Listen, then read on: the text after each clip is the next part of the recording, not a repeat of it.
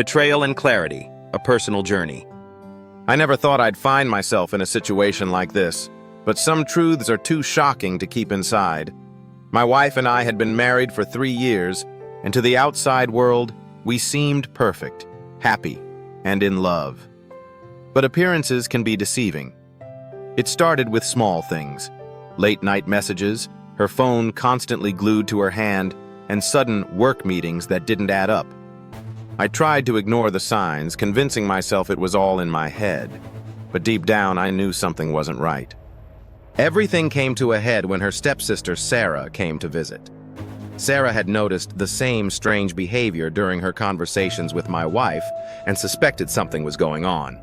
So I decided to follow her. Sarah, who was equally suspicious, offered to join me.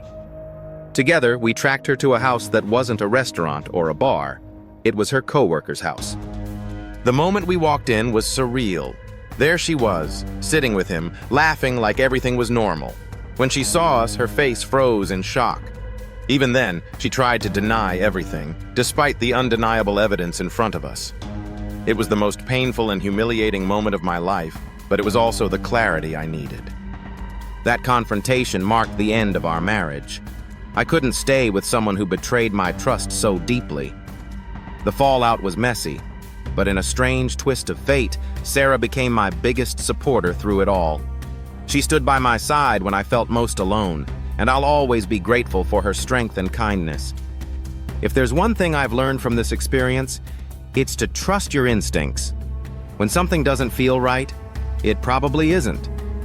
I've moved on, stronger and wiser, and I hope my story helps others who might be facing similar situations.